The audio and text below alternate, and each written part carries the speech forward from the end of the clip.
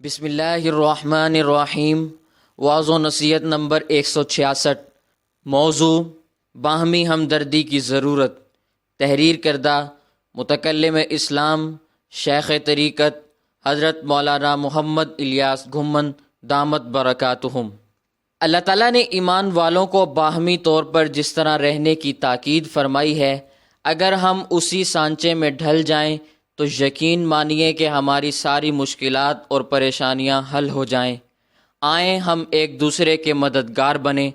سورۃ التوبہ میں اللہ رب العزت کی ذات کا فرمان ہے، والمؤمنون والمؤمنات بعضهم اولیاء بعض۔ اس کا ترجمہ یہ ہے، ایمان والے مرد اور ایمان والی عورتیں آپس میں ایک دوسرے کے مددگار ہیں۔ اللہ رب العزت کی ذات کا فرمان ہے، سورۃ الحجرات میں اللہ رب العزت کی ذات فرماتے ہیں، انما المؤمنون اخوۃ۔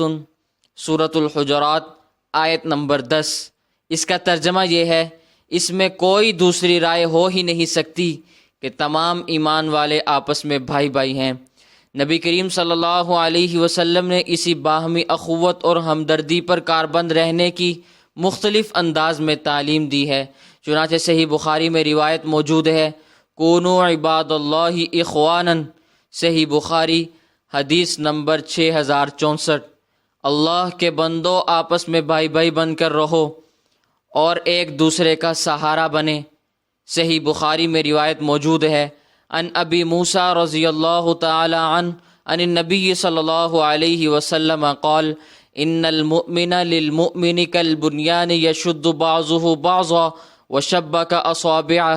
صحیح بخاری حدیث نمبر 481۔ حضرت ابو موسیٰ رضی اللہ تعالی عنہ سے مروی ہے کہ نبی کریم صلی اللہ علیہ وسلم نے فرمایا، بے شک ایک مومن دوسرے مومن کے لیے ایک عمارت کی مانند ہے کہ اس عمارت کا ہر حصہ دوسرے حصے کے لیے سہارا ہوتا ہے۔ آئیں ہم اچھے اوصاف کو اپنائیں۔ صحیح بخاری کے اندر روایت موجود ہے، عن ابن شہاب ان سالما اخبرہ ان عبد اللہ بن عمر رضی اللہ تعالی عنہما اخبرہ ان رسول اللہ صلی اللہ علیہ وسلم قال، المسلم اخو المسلم لا يظلمه ولا يسلمه ومن كان في حاجة أخيه كان الله في حاجته ومن فرج عن مسلم كربة فرج الله عنه كربة من كربات يوم القيامة ومن سطر مسلما سطره الله يوم القيامة۔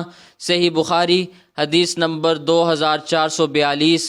حضرت عبداللہ بن عمر رضی اللہ تعالی عنہما سے روایت ہے کہ رسول اللہ صلی اللہ علیہ وسلم نے فرمایا، ایک مسلمان دوسرے مسلمان کا بھائی ہے، نہ تو یہ اس پر ظلم و زیادتی کرتا ہے اور نہ اس کو مشکل وقت میں تنہا چھوڑتا ہے، اور جو شخص اپنے بھائی کی ضرورت پوری کرنے میں مشغول رہتا ہے اللہ اس کی ضروریات کو پورا فرما دیتے ہیں، اور جو شخص کسی مسلمان کی مصیبت اور پریشانی کو دور کرتا ہے اللہ قیامت والے دن اس کی پریشانیوں میں سے بڑی پریشانیوں کو دور فرما دیں گے، اور جو شخص اپنے کسی مسلمان بھائی کا عیب چھپاتا ہے اللہ قیامت والے دن اس کے عیب کو چھپا لیں گے۔ آئیں ہم باہمی ہمدردی کے جذبات کو قائم رکھیں۔ صحیح مسلم کے اندر روایت موجود ہے، عن النعمان ابن بشیر رضی اللہ تعالی عنہ قال، قال رسول اللہ صلی اللہ علیہ وسلم، مثل المؤمنین فی توادہم وتراحمہم وتعاطفہم مثل الجسد اذ اشتکا منہ عضو تداعی لہ سائر الجسد بالسہر والحمى۔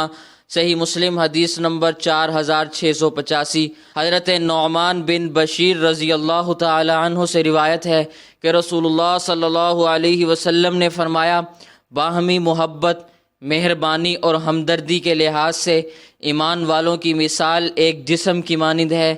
جب اس جسم کے کسی عضو میں تکلیف ہوتی ہے تو اس کی وجہ سے پورا جسم بے آرامی اور بخار میں مبتلا ہو جاتا ہے۔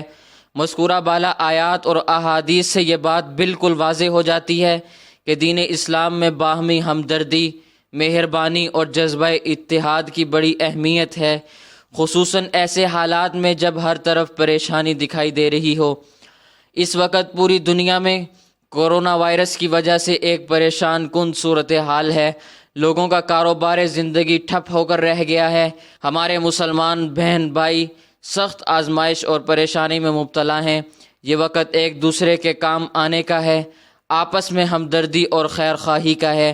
اللہ کریم نے جن مسلمان بھائیوں اور بہنوں کو مالی وسعت عطا کی ہے، اس موقع پر انہیں چاہیے کہ وہ بڑھ چڑھ کر پریشان حال لوگوں کے ساتھ مہربانی والا برتاؤ کریں۔ جب تک یہ اچھے اوصاف ہم اپناتے رہیں گے، اللہ کریم ہم پر کرم فرماتے رہیں گے، اور جب ہم اتحاد کی بجائے افتراق، ایثار کی بجائے خود غرضی، محبت کی بجائے نفرت، ہمدردی کی بجائے مفاد پرستی اور تعاون کی بجائے ظلم جیسی مذموم عادتیں اپنائیں گے تو اللہ کی مدد اور نصرت کی بجائے قہر اور عذاب نازل ہوگا۔ اللہ کریم ہمیں اچھے اوصاف اپنانے اور برے اوصاف سے بچنے کی توفیق عطا فرمائے اور اس وبا کو ہم سے دور فرمائے۔ آمین بجاہ النبی الکریم صلی اللہ علیہ وسلم۔